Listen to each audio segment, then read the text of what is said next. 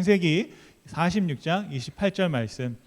야곱이 유다를 요셉에게 미리 보내어 자기를 고센으로 인도하게 하고 다 고센 땅에 이르니 요셉이 그의 수레를 갖추고 고센으로 올라가서 그의 아버지 이스라엘을 맞으며 그에게 보이고 그의 목을 어긋맞춰 안고 얼마 동안 울매 이스라엘이 요셉에게 이르되 내가 지금까지 살아있고 내가 내 얼굴을 보았으니 지금 죽어도 족하도다.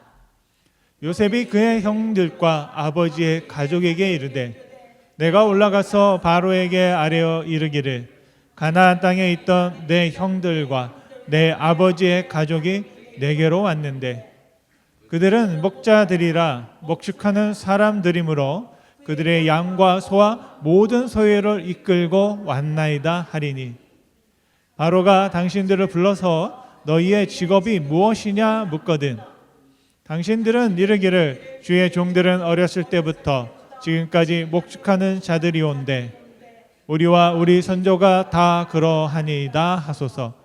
애굽 사람들은 다 목축을 가중히 여기나니 당신들이 고센 땅에 살게 되리이다. 아멘. 자리에 앉으시겠습니다. 거룩한 공생이라는 말씀의 제목을 가지고 함께 말씀을 나누겠습니다. 하나님께서 야곱, 이스라엘을 애굽 땅으로 인도하셨습니다. 하나님은 이스라엘을 구원하시기 위해서 아들 요셉을 먼저 애굽에 보내셨습니다. 지도를 한번 보시면 지금의 이스라엘과 바로 오른편 헤브론에서 브엘세바를 거쳐서 그리고 라함셋이라고 하는 그 지역을 거쳐 고센 땅까지 이르게 되는 그 여정이 오늘 말씀 속에 기록되어 있습니다. 저와 여러분이 잘 아시는 것처럼 요셉은 자신이 삶을 자신이 결정한 대로 선택한 대로 살 수 없었습니다.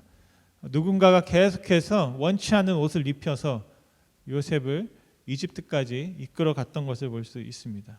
그리고 오늘 말씀에 보면 드디어 이제 요셉은 자신이 원하는 것, 자신이 바라는 것을 할 수 있는 그런 시간을 경험하고 있습니다.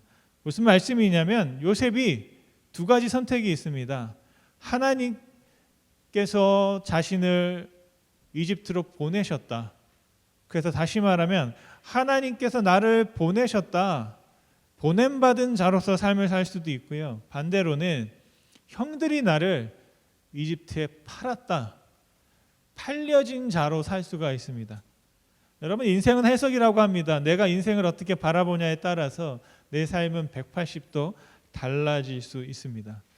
요셉은 형들에게 버림받은 자로 살기를 선택하지 않았고 하나님께 보냄받은 자로 살기로 선택했습니다. 여러분 어떤 삶을 살기를 원하십니까? 저기 다리 밑에서 주워온 자의 삶을 살기 원하십니까? 어릴 때마다 저희 부모님이 저에게 항상 하셨던 말씀입니다. 말을 안 들 때마다 내가 저 인간을 다리 밑에서 주워 와가지고 그냥 냅둘 걸 하는. 그러면서 요즘에는 맨날 전화해가지고 어디 아프지 마라, 목회 열심히 하지 마라, 몸 상한다, 맨날 그러고 있어요. 옛날에는 맨날 부직갱이 들고 와가지고 그냥 이 왼수 막 그러더니 이제는 또 아마 제가 뭐 드릴 것도 없는데 자꾸 그러십니다. 저와 여러분의 삶을 잘 보면 내가 어떻게 선택하냐에 따라서 하나님께서 부어주신 보냄받은 자로 삶을 살 수 있고요. 아니면 버림받은 자로 삶을 살 수 있습니다. 여러분이 에머스에 살 때도 마찬가지인 거죠. 내가 어쩔 수 없이 여기까지 왔다라는 삶이 있고요. 하나님께서 나를 이곳에 보내셨다. 여기서 하나님께서 나를 새롭게 하시려고 특별한 뜻과 섭리가 계셔서 나를 이곳에 있게 하셨구나라고 선택할 수 있습니다. 특별히 요셉은 정말 자신의 그 삶을 쭉 돌아보면 좀 이상한 부분이 하나 있습니다. 왜냐하면 계속 질문하는 거는 요셉이 죄인이었을 때는 모르겠지만 애굽의 총리가 되었을 때는 나름 자유가 있거든요. 자기가 할 수만 있으면 마음만 먹으면 저기 헤브론까지 브엘세바까지 말을 타고 가면 한 달이 걸리지 않습니다. 그래서 자기가 자기 밑에 자신의 일을 돌보는 사람들이 있잖아요. 일꾼 한 명을 불러가지고 야 지금부터 저기 좀 다녀와라. 저기에 내 부모가 아버지가 있고 형들이 있는데 어떤 상황인지 좀 알아봐 라고 할 수 있을 텐데요. 말씀을 보면 그런 상황이 없습니다. 그런 이야기가 없어요. 다시 말하면 요셉은 그냥 잊혀진 존재로 이집트 사람처럼 자신의 가족들과는 완전히 단절된 자로 살아가고 있는 것을 볼 수 있습니다. 그런데 여러분, 이게 큰 문제가 있습니다. 어떤 문제냐면 요셉에게는 문제가 되지 않지만 하나님께는 큰 문제가 됩니다. 하나님이 아브라함에게, 그리고 그 아들 이삭에게, 그리고 그 아들 야곱에게 약속하셨던 게 있어요.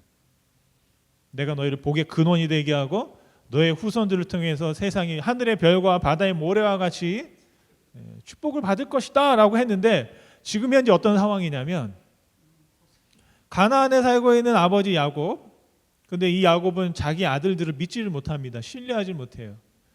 그리고 자기 마음속에는 어릴 때 잃어버렸던, 죽었다고 생각되는 요셉을 품고 살아가고 있습니다. 그래서 모든 것을 막내 아들 베냐민에게 포커스를 두고 살고 있는 거죠.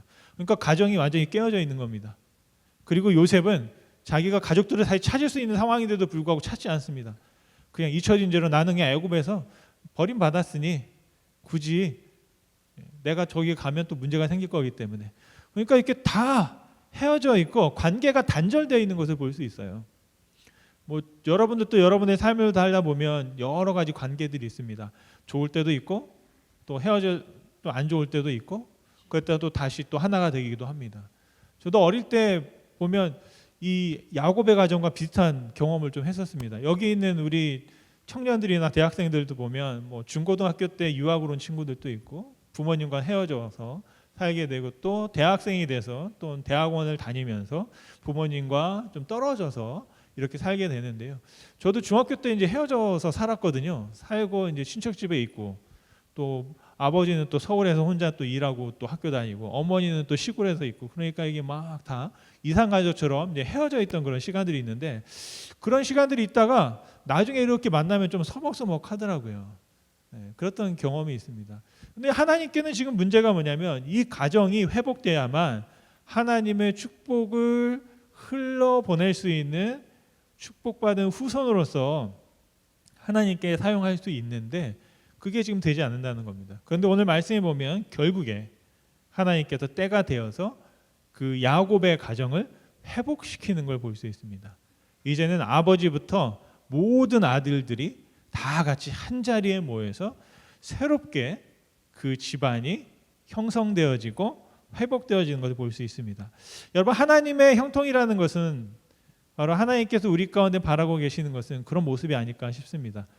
우리가 여러 가지 인생의 과정들이 있어서 또 멀어질 때도 있고 또 헤어질 때도 있고 등을 돌릴 때도 있지만, 다시 서로를 마주하고 또 하나님 안에서 하나님의 축복을 나눌 수 있는 가정, 바로 그런 가정들의 회복됨을 통해 하나님께서 우리에게 형통을 경험하게 하신다라는 것이죠. 여러분, 한번 생각을 해보십시오.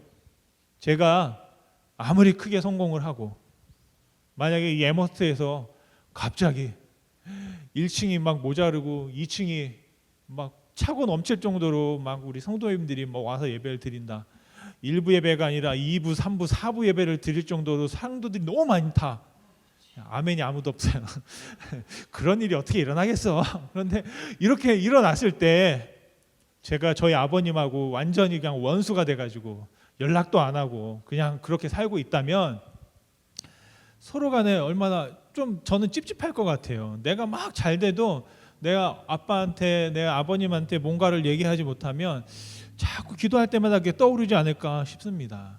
무슨 말이냐면 우리가 아무리 축복하고 세상에 성공을 하고 아무리 잘 되어도 집안에 딱 들어갔는데 서로 말을 섞지 않고 왔다가 갔는지도 모르고 그러면 왠지 좀 힘들지 않겠습니까? 그래서 하나님의 형통에는 항상 반드시 무엇이 들어가냐면 우리의 가장 가까운 관계들이 회복되는 것이 필요하다라는 것입니다. 뭐 각자마다의 사정이 있습니다. 또 각자마다의 어려움도 있습니다. 그게 인간의 힘으로 되지 않는 것이고 결국에는 우리가 다 아는 것처럼 시간이 지나면 또 시간이 해결해 주기도 하지만 그렇지 못하고 기회를 잡지 못하고 그냥 관계가 끊어져 버릴 때도 있습니다.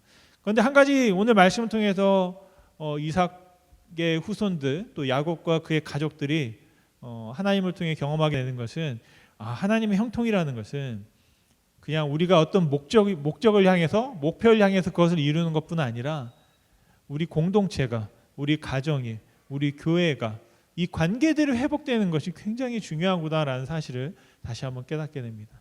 그래서 야곱을 통해서 하나님께서 이 가정을 다시 회복시키십니다. 어떻게 보면 요셉의 역할이 굉장히 큰데요. 우리가 하나님의 형통을 경험하기 원한다면 하나님과 함께함으로 말미암아 우리와 함께하고 있는 이들의 관계가 회복되어질 때 진정한 형통을 경험할 수 있겠다라는 것입니다. 그렇다면 우리의 관계들이 어떻게 회복될 것인가? 야곱을 보니까요. 첫 번째, 야곱의 믿음이 회복된 것을 볼 수 있습니다. 관계가 회복되려면 서로가 서로를 믿을 수 있어야 되는 것입니다. 여러분 한번 옆에 분들에게 한번 말씀해 보시겠어요? 나 믿지? 한번 해보세요. 나 믿지? 나 믿지? 속으로 어떻게 믿어 내가 너를? 여러분 저를 믿으시나요? 꼭 우리가 짠 것 같네요. 성경에는 사람을 믿지 말라고 그랬는데 뭐 그런 말도 있는데 제가 여러분을 믿습니다. 그 말은 뭐냐면 두 가지 의미가 있습니다. 제가 여러분을 정말 믿기 때문에 믿는 것이고 또 하나는 하나님을 믿기 때문에 제가 여러분을 믿는다는 거죠. 하나님이 구원하지 못할 사람이 없고 하나님께서 하지 못하실 일이 없다는 걸 믿기 때문에 하나님께서 여러분을 통해서 하실 일을 제가 믿는다라는 그런 고백이 같이 담겨 있습니다. 첫 번째로 야곱은 하나님께 맡겼어요. 그 전까지는 하나님께 맡기지 못했던 것 같아요. 요셉을 잃어버렸을 그 당시에 야곱은 아무것도 맡기지 못하고 자신의 아들들도 신뢰하지 못했습니다. 그런데 지난주에 나누었던 말씀처럼 하나님께서 야곱에게 말씀하셨습니다. 같이 한번 읽겠습니다. 창세기 46장 3절 말씀. 하나님이 이르시되 나는 하나님이라 내 아버지의 하나님이니 애굽으로 내려가기를 두려워하지 말라. 내가 거기서 너로 큰 민족을 이루게 하리라. 내가 너와 함께 애굽으로 내려가겠고 반드시 너를 인도하여 다시 올라올 것이며 요셉이 그의 손으로 내 눈을 감기리라 하셨더라. 하나님께서 야곱에게 하신 말씀입니다. 여기 애굽은 이집트이고요. 내려가라. 내가 너와 함께 하겠다. 그럼 야곱은 바로 그 말씀을 믿고 애굽으로 내려갔다는 거죠. 그러니까 우리가 관계가 회복되려면 먼저 하나님과의 관계가 신뢰의 관계가 믿음이 회복되어야 될 줄 믿습니다. 여러분 하나님을 믿으십니까? 하나님이 나를 이곳에 보내셨고 하나님이 또 나를 이 시간에 함께 하시는 것을 여러분 믿을 때 우리가 그 믿음을 바탕으로 또 누구를 믿을 수 있습니까? 야곱은 자기와 함께 했던 자신의 아들들을 믿을 수 있었던 것을 볼 수 있습니다. 드디어 야곱이 아들들을 신뢰하기 시작합니다. 그래서 자기 아들, 넷째 아들 유다에게 부탁을 하고 명령을 하면서 그를 먼저 고센 땅 요셉에게 보내서 요셉을 통하여서 지금 우리가 애굽 이집트를 향해서 가고 있다라는 소식을 알리라고 했습니다. 여기에서 중요한 건 유다가 넷째 아들인데 왜 넷째 아들을 시켰을까? 이제부터 이제 유다의 역할이 드러나기 시작합니다. 왜냐하면 야곱에게는 12명의 아들이 있는데 누가 장자가 되냐면 바로 넷째 아들 유다가 장자가 됩니다. 원래 야곱은 요셉이 장자가 되기를 바랬어요. 자기가 사랑하는 아내의 큰아들이었기 때문에 이게 내 진짜 아들이다라고 했는데 하나님이 그 형들이 그 요셉을 죽인 거죠. 아예 지워버린 겁니다. 그랬을 때 홀로 있다가 드디어 이제는 야곱이 누구를 넷째 아들 유다가 그 위에 첫째, 둘째, 셋째 애들이 좀 사건이 있었습니다. 결국에는 유다도 문제가 있었지만 이 유다가 장자가 되게 돼요. 우리가 성경을 읽다 보면 좀 약간 착각하는 게 뭐냐면 예수님이 요셉의 후손인 줄 아는데 요셉의 후손이 아닙니다. 진짜 예수님의 바로 위에 아버지는 요셉이었지만 그 요셉을 쭉 따라 올라가면 누구냐면 유다의 후손으로 오십니다. 그래서 야곱과 유다의 후손으로 예수님이 오시는 걸 볼 수 있어요. 요셉이 후손이 아니고. 그래서 바로 이제 유다가 장자로서 역할을 하게 되는데 이제 야곱이 저 아들 유다에게 신뢰를 주고 일을 맡기고 일을 시키는 것을 볼 수 있습니다. 그래서 이제 노년이 된 이 야곱이 누구에게 자기 아들 유다에게 자신을 맡기는 것을 볼 수 있습니다. 그 전까지는 믿지 못했어요. 어떻게 그에게 무엇을 부탁하지도 못했지만 이제 믿게 된 것이죠. 이제 마지막 야곱은 누구를 믿냐면 요셉을 믿습니다. 아직 보지 못했지만 만나고 이제 그 요셉이 하나님을 통해서 특별한 일과 계획을 실천할 아들인 것을 알고 그를 믿고 그에게 자신의 가족들을 맡기는 것을 볼 수 있습니다. 제가 좀 지나왔는데 그 앞으로 좀 슬라이드를 넘겨보시면 이 야곱과 그 가족들이 함께 애굽에 들어갈 때 몇 명이었느냐라는 그런 계수하는 장면이 나옵니다. 아마 70명으로 되어 있어요. 그죠? 70이라는 숫자가 있나요? 몇 명이냐면 야곱 그리고 아들이 66명. 그래서 그리고 3명의 또 아들까지 하면 이제 70명. 이게 뭐냐면 장자들과 아들들을 그의 직계 가족들만 했을 때 70명이었어요. 근데 놀라운 사실은요. 여기에 이제 여인이나 자녀, 어린 자녀들은 빠져 있습니다. 그리고 나서 저 70명인데 나중에 어떤 일이 벌어집니까?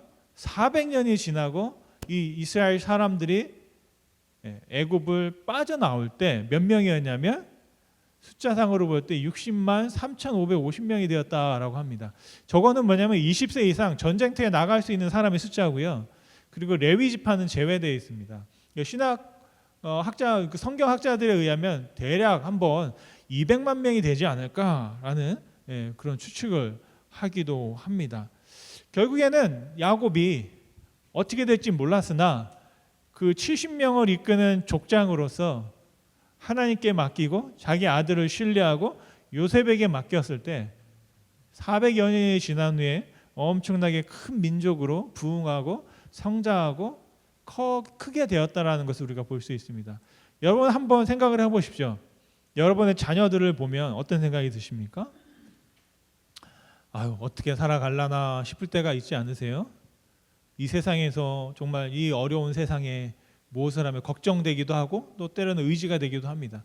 그런데 여러분 하나님을 믿을 때 아마 야곱은 어떻게 될지 몰랐으나 이 험악한 세상 가운데 맡겨드렸을 때 또 하나님이 그 민족을 통해서 엄청난 부흥과 또 축복을 허락하신 걸 볼 수 있습니다. 저와 여러분들이 한번 믿음을 가지고 하나님을 믿음으로 맡기는 인생을 살 수 있을 때 그럴 때 우리가 회복되어질 수 있다는 것이죠. 관계의 문제는 뭐냐면 서로 믿지 못하고 맡기지 못하기 때문이거든요. 또는 우리가 부족함이 있다 할지라도 맡겼을 때 그 관계들이 회복되는 걸 볼 수 있습니다. 두 번째는 그 맡김을 통해서 야곱의 가정이 회복된 것을 볼 수 있습니다. 첫째는 요셉이 그 가족들을 초청했습니다. 중요한 것은 요셉의 마음이었어요. 왜냐하면 요셉이 부르지 않으면 저 같으면 부르지 않았을지도 모르겠어요. 그냥 형님들 보기 싫으니까 가끔 봅시다. 그냥 거기 계세요. 제가 필요한 것들 그냥 보내드릴게요. 굳이 뭐 여기까지 와서 사세요 라고 하실 수도 있어요. 그런데 요셉은 기꺼이 다 불러들여서 자기와 가까운 곳에서 형들과 아버지를 모시겠다. 심지어는 그 형들의 후손들까지 내가 다 모시겠다라고 합니다. 네, 자꾸 이제 저희 부모님 얘기를 해서 죄송한데 어차피 여기 오기 힘드시니까 그냥 만날 일이 없을 것 같아서 말씀드리는 거예요. 저희 어머님이 속상할 때마다 하는 말이 있어요. 그 세상 정말 젊을 때 어머님이 진짜 젊을 때 시골에 들어가서 자기 시동생들 뒤치다거리 하는 하고 내가 그렇게 고생을 했다. 그래 저희 아버님이 큰아드님이시거든요. 원래 그 위에 더 있으신데 돌아가시고 누님이 한 분 계시고 큰 고모가 하나 있고 그 밑에 이제 아버님이 첫째, 둘째, 셋째, 넷째, 뭐 다섯째 막 있어요. 그래가지고 어머님이 항상 하는 아버지를 긁을 때마다 하는 얘기가 뭐냐면 우리가 이렇게 논도 있고 밭도 있고 그 송가네가 좀 양반이에요. 그래가지고 집도 좀 있고 뭐 배도 있고 땅도 꽤 있었어요. 그랬는데 그 둘째 작은 아버지, 셋째 작은 아버지, 넷째 작은 아버지가 이제 시골을 떠날 때마다 땅이 막 줄어드는 거예요. 이거 팔아 가져가지고 저거 팔아 가져가 저거 팔아 가지고 막 가져가고 그러니까 우리 어머니는 내가 죽도록 고생해서 하면은 이거 다 떼주고 내 뭐 남는 게 없다고 막 그러면서 저희 교회를 다니는데 왜 저러지? 저희 엄마한테 항상 하는 말이 하나님한테 내가 죄인입니다 막 기도하면서 그렇게 또 우리 가족들 뒷담화를 막 해가지고 내가 들으면서도 이게 맞는 건가 싶기도 한데 분명히 나 같은 죄인 살리신 죽을 자를 막 은혜를 받았다고 하면서도 그렇게 우리 작은 아버지들을 욕하고 막 그랬던 기억이 있습니다. 그러면서 저를 또 작은 집에 보낸 거예요. 또 그러니까 저는 작은 아버지에 대한 선입견이 있어요. 좀 안 좋은 마음이 있는 거예요. 왜냐하면 엄마가 맨날 욕을 해가지고 그랬더니 괜찮아요. 또 작은 아버지가 그게 나쁜 사람이 아니야. 그런데 또 저는 항상 거리를 두고 막 그랬던 적이 있습니다. 무슨 말이냐면 요셉이 피해자잖아요. 그런데 그 피해자인 요셉이 그 형들을 받아줘야 하는데 기꺼이 요셉은 받아주었어요. 그리고 뭐라고 하냐면 형들이 걱정을 합니다. 야, 아버지 돌아가시면 어떡하지? 혹시 요셉이 마음이 바뀌어가지고 우리한테 해코지하면 어떡하지? 그러니까 이 요셉이 형들에게 뭐라고 하냐면 나중에 말로 선언합니다. 걱정하지 마세요.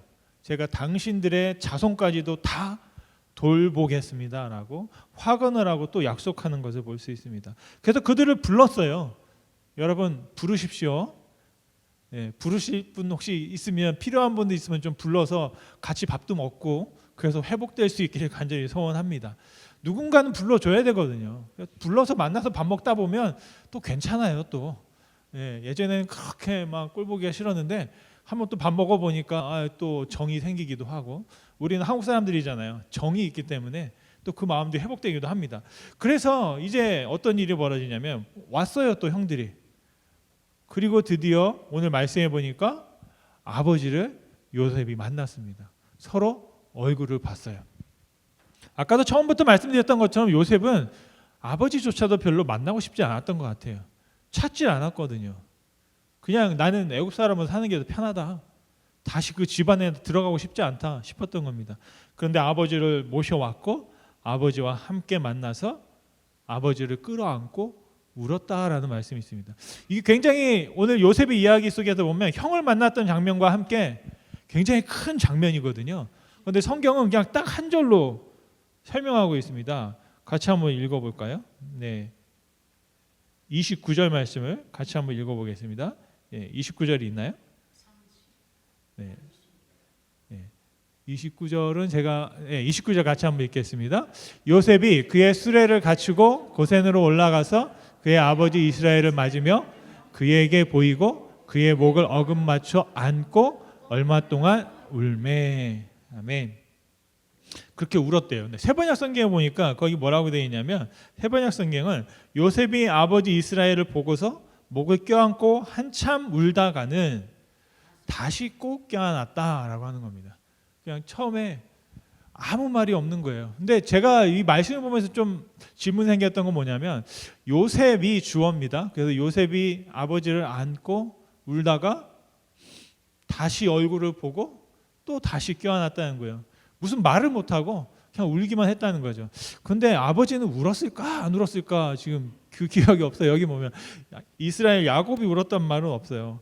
그러면서 이 한참 동안 껴안고 있다가 결국에는 30절에 야곱 아버지가 먼저 말을 건넵니다. 같이 한번 읽겠습니다.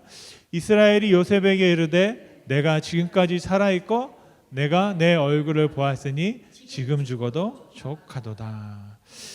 그게 아버지의 마음이죠. 아마 울었을 것 같아요. 자식을 보면서 정말 이게 죽었던 아들이 살아났기 때문에 다 우는 거죠. 그리고 안았어요. 여러분 관계 회복된다는 건 뭐냐? 안아줄 때 회복이 되는 것 같아요. 여러분 한번 좌우에 누가 계시죠 지금? 졸고 계신 분 계시면 한번 잠깐 손을 잡으시고 한번 안아주시겠습니까? 이때 안아보지 언제 안아주겠어요? 한번 좌우에 같이 한번 안아주시겠어요? 그리고 이렇게 말씀하세요. 내가 내 얼굴을 보았으니 따라하세요. 시작. 내가 내 얼굴을 보았으니 지금 죽어도 족하도다. 아멘. 지금은 아닌 것 같다. 보니까 안 따라하시네요. 딱 안고 와 내가 너를 보았으니 지금 죽어도 좀 부족하다. 아니다. 난 좀 더 살고 싶다. 여러분 족함이 있기를 간절히 소원합니다. 와 오늘이 마지막인 것처럼 두 가지 기억하잖아요. 오늘을 즐겨라. 그리고 또 오늘이 마지막인 것처럼 살아라 말하는데요. 정말 오늘 여러분 만났으니 와 내가 족하도다 라는 그런 마음을 가질 때 여러분 우리에게 얼마나 큰 축복인지 모르겠습니다. 저는 여러분 이렇게 안고 싶으면 안을 수 있고 잡고 싶으면 잡을 수 있잖아요. 그런데 야곱은 20여 년 동안 그 아들을 볼 수도 없고 만날 수도 없고 살아있는지 죽은지도 모르고 그냥 마음에만 품고 있었던 거죠. 그러다가 그 아들을 만난 거예요, 여러분. 그게 얼마나 대단한 일입니까? 여러분, 우리는 그냥 이렇게 볼 수 있고 만날 수 있다고 그래서 그냥 당연한 걸로 생각하지만 당연하지 않다라는 것입니다. 당연하지 않은 삶 속에서 저와 여러분들이 서로 안아주며 또 우리의 삶과 우리의 관계들이 안아줄 수 있고 정말 서로 족함을 느낄 수 있는 그런 관계로 말미암아 회복될 수 있게 간절히 소원합니다. 마지막 말씀드리고 싶은 것은 그 관계들이 회복되어지면 어떤 일이 벌어지냐면 관계가 확장되는 걸 볼 수 있습니다. 우리의 관계가 회복되어지면 우리 밖에 있는 관계들로 우리가 확장되어지는 것이죠. 내가 한 사람을 알게 되면 그 한 사람을 통해서 또 다른 사람을 알게 되고 우리의 관계가 확장되어지고 볼 수 있고요. 또 확장되어짐을 통하여서 우리의 관계가 더 돈독해지는 것을 볼 수 있습니다. 오늘 말씀에 보면 요셉이 좀 지혜가 있는 사람이구나라는 생각을 해볼 수 있습니다. 이제는 그 가족들을 불러서 제가 형이었으면 굉장히 기대했을 것 같아요. 어떤 기대? 요셉이 너무 잘 사는 거예요. 우리 가족들 중에 좀 잘 사는 분들이 있으면 기대하게 되지 않나요? 나도 좀 득을 볼 수 있을지 않을까 생각을 합니다. 그게 아니라는 걸 인생을 살면서 깨닫게 되는 좀 시간이 좀 걸리긴 하는데 요셉이 알고 보니 바로 다음으로 높은 사람이에요. 요셉은 궁에서 바로 옆에서 살고 있는 거예요. 그러면 제가 요셉의 형이었으면 그런 생각을 와, 요셉이 나를 궁으로 불러줄까? 대궐 같은 집에서 나도 같이 사는 건가? 이제는 유목 생활을 그만두고 정말 그 이집트의 최상류층의 사람들이 살고 있는 삶을 나도 살 수 있을까? 저는 기대했을 것 같아요. 그런데 요셉은 좀 생각이 달랐습니다. 요셉은 자기가 가지고 있는 특권을 포기하고 오히려 이집트 사람들이 제일 천하게 여기는 목동하는 일을 계속 하도록 형들에게 권면하고 있는 걸 볼 수 있습니다. 여러분, 우리가 함께 아름다운 관계를 맺으려면 먼저 포기하는 것이 필요하거든요. 관계에는 세 가지 관계가 있다고 얘기합니다. 첫째는 우리가 공생하는 관계가 있고 또 경쟁하는 관계가 있고 기생하는 관계가 있습니다. 공생은 상생이라고 그래서 서로에게 좋은 거예요. 그런데 기생은 한 사람만 좋은 거고 한 사람은 전혀 좋은 게 아니에요. 버섯 같은 거죠. 곰팡이 같은 겁니다. 그거는 나무들이 전혀 좋지 않아요.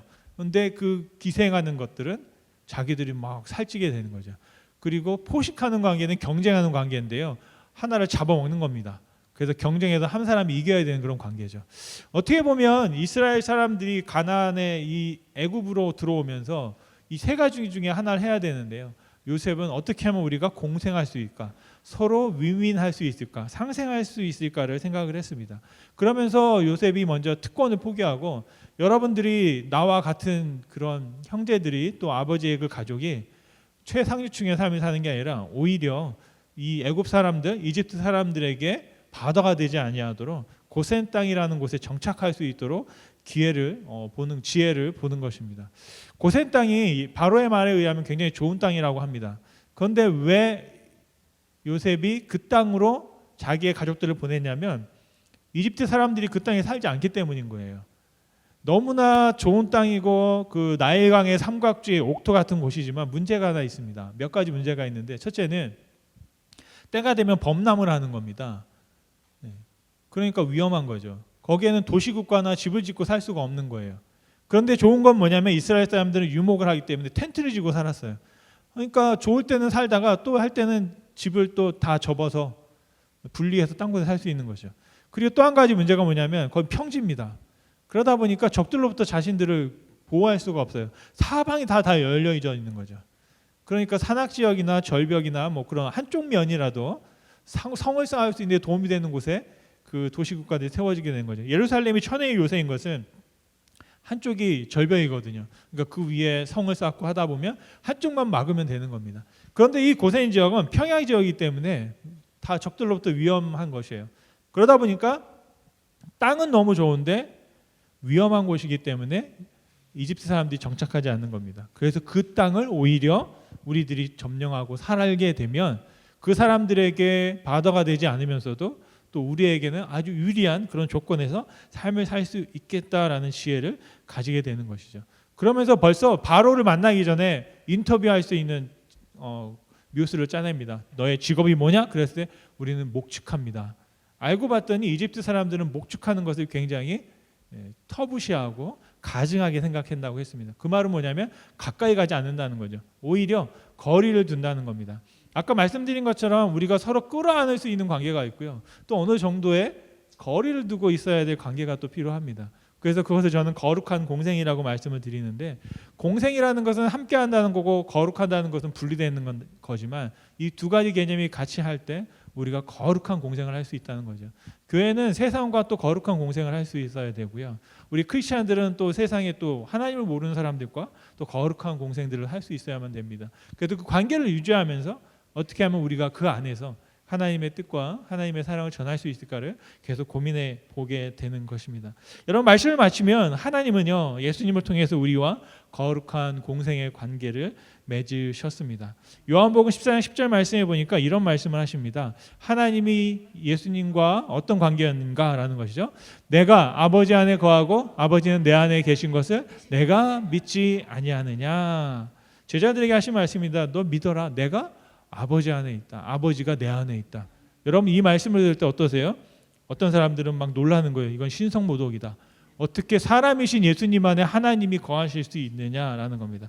그러면서 하는 말이 더 나아가서 요한복음 14장 20절 말씀해 보니까 이런 말씀이 있습니다. 그날에는 내가 아버지 안에 너희가 내 안에 내가 너희 안에 있는 것을 너희가 알리라. 아멘.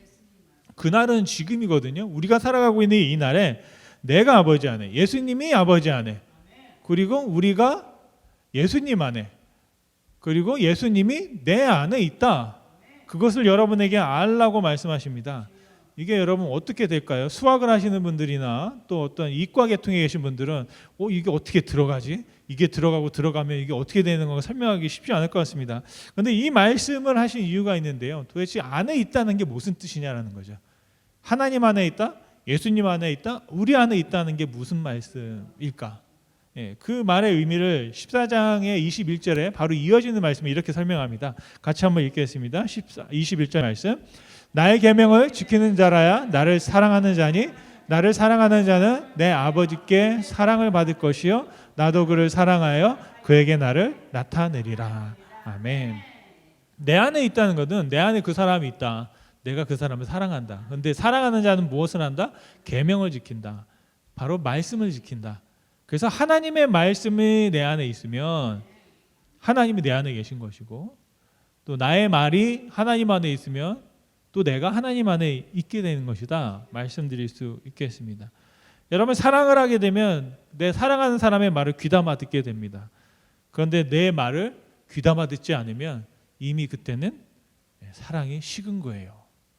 예전에는 바스락만 걸려도 벌써 긴장하고 뭔가 필요한가를 찾았는데 이제는 소리쳐 불러도 잘 안 들려. 제 청각이 좀 안 좋은 것 같아요. 저희 집 얘기는 아니에요. 나라고 그랬나요 제가? 예전에는 저 멀리서 발걸음소리만 들려도 벌써 이제 문 앞에서 이제 맞아야 되는 생각했는데 이제는 들어와서 와서 뭐라고 해도 일하나 보다. 제 얘기하는 건 아니에요. 제 얘기하는 건 아니에요. 사랑할 때는 들리게 되거든요. 귀 기울이게 되거든요. 아이가 막 갓난장일 때 밤에 자다가 기침을 막 하게 되면 첫째 아이 때는요 벌떡 일어나가지고 왜 기침하나 열이 나는지 막 보고 그러다가 한 셋째쯤 되니까요 기침하면 하나 보다 나중에 또 한번 울고 그러면 이제 그때서야 이제 열이 있나 이렇게 보게 되는 거죠. 제가 우리 큰아들한테도 아직도 미안한 게 하나 있어요. 뭐냐면 막 한 겨울에 태어났어요.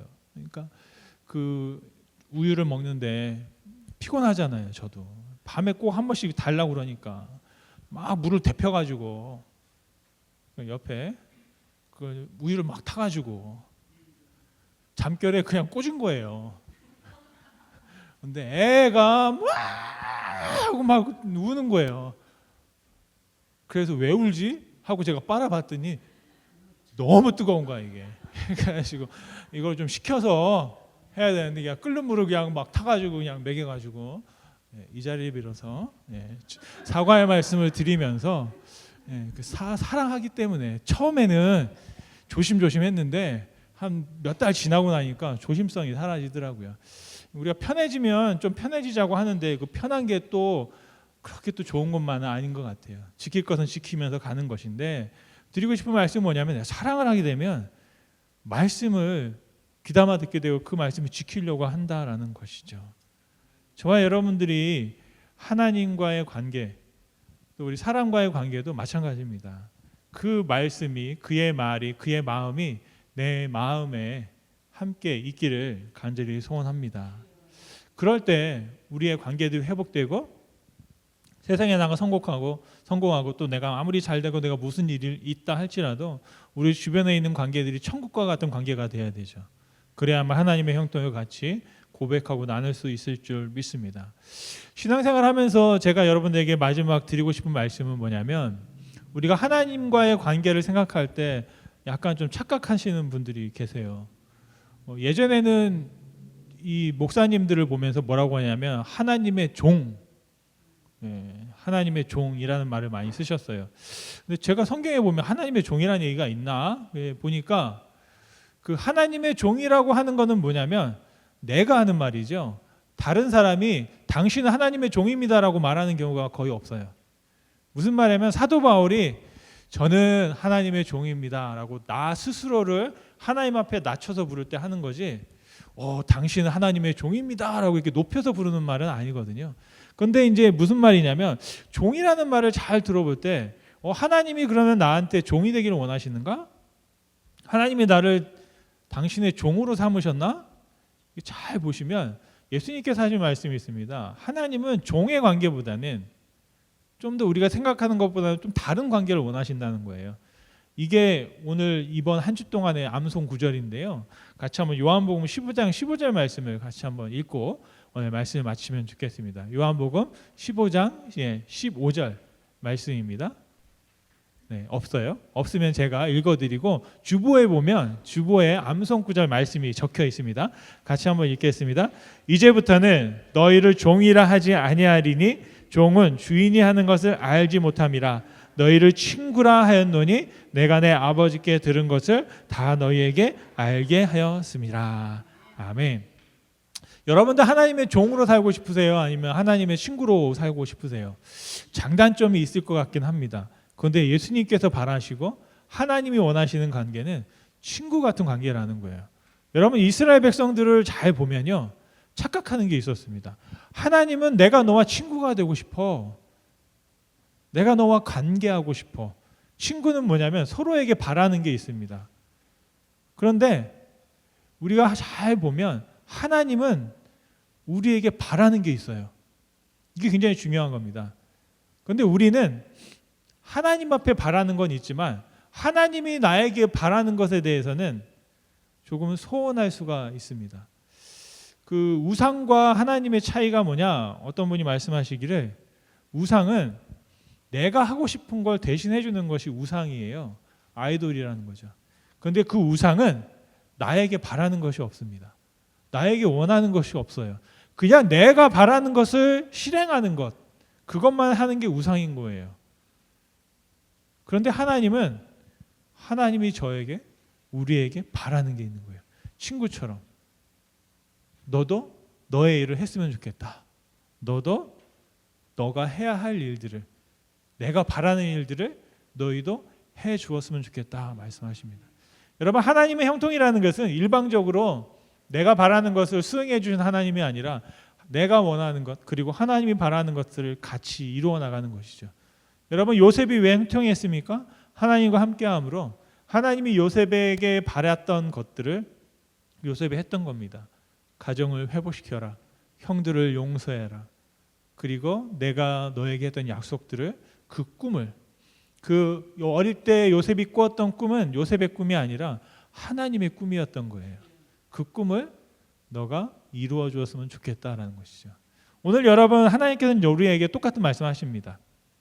너희가 나에게 바라는 것이 있느냐? 내가 듣겠다. 그렇다면 이제 내가 바라는 것을 너희도 좀 들어줘라 라고 하는 거죠. 내가 원하는 것을 너희가 좀 들어줬으면 좋겠다 말씀하십니다. 그리고 말씀하시는 거예요. 너무나 간단합니다. 하나님이 바라시는 것은 믿음과 소망과 사랑인 것이죠. 나를 사랑하라. 내 이웃을 사랑하라. 그리고 그 관계를 통해서 하나님의 형통을 나누어라 말씀하고 계신 줄 믿습니다. 여러분, 저와 여러분이 하나님을 신뢰하고 믿음으로 우리의 관계들이 회복되어지고 또 우리 주변에 있는 관계들이 회복되어짐으로 관계들이 확장되어지고 그렇다 해서 하나님의 형통이 하나님이 우리에게 주신 축복들이 나에게 머무는 것이 아니라 여러분과 관계하는 사람들, 여러분이 손을 잡는 사람들, 여러분이 안아줄 수 있는 사람들과 함께 공유되어질 수 있기를 간절히 축원드립니다.